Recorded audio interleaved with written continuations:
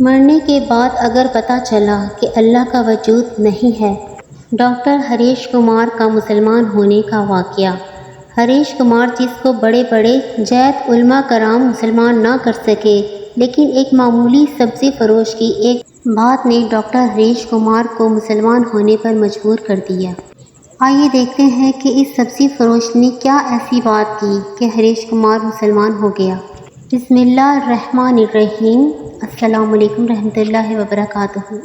Harish Kumar physics میں P H D کے بعد بھارت کی ایک اہم یونیورسٹی میں لیکچرار پوسٹ ہوئے۔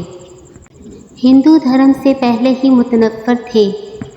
1986 میں لندن میں دوران تعلیم اسٹیفن ہاکنگ کے لیکچرز اور کتب سے ایک ایسا متعارف ہوئے کہ خدا ہی کا منکر ہو گئے، اور ایسا منکر کہ بڑے بڑے مسلم، عیسائی اور یہودی علماء سے بھرپور مباحثہ کرتے، یہاں تک کہ ڈاکٹر ذاکر نائک بھی انہیں قائل نہ کر سکے۔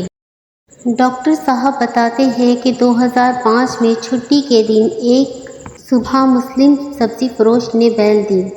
ہم گزشتہ 20 سال سے سبزی اسی سے خرید رہے تھے۔ اس دن میں نے اسے چائے کی آفر کی تو اس نے قبول کر لی۔ حسب معمول خدا یا اللہ کے وجود پر اس سے بحث شروع ہو گئی۔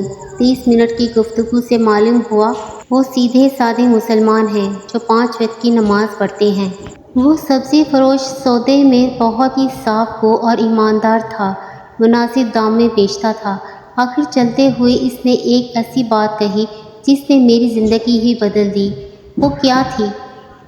سبزی فروش نے کہا، ڈاکٹر جی، تم نے خود بولا کہ تقریباً 6000 سال سے 10,000 سال سے انسانی تاریخ میں پیغمبروں کی کہانیاں چلی آ رہی ہیں، اور سب کے سب ایک اللہ اور جنت دوزخ کی بات کرتے ہیں، اور سائنس مرنے کے بعد کے حالات کا جواب دے ہی نہیں سکتی۔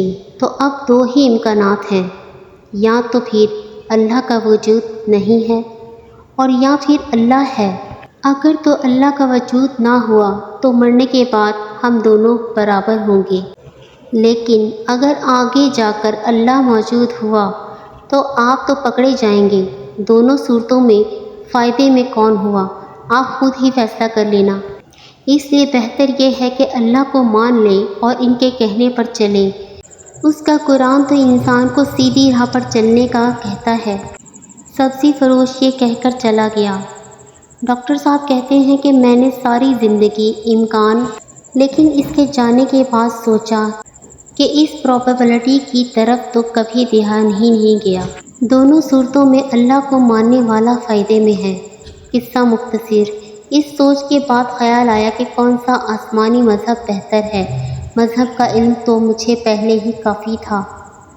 ڈاکٹر ذاکر نائک کے ایک لیکچر میں 1400 سال سے پورا قرآن مجید کا حرف بحرف ایک ہونے کا سنا تو انگلینڈ میں کرسچن مشنری ادارے سے اس کی حقیقت دریافت کی۔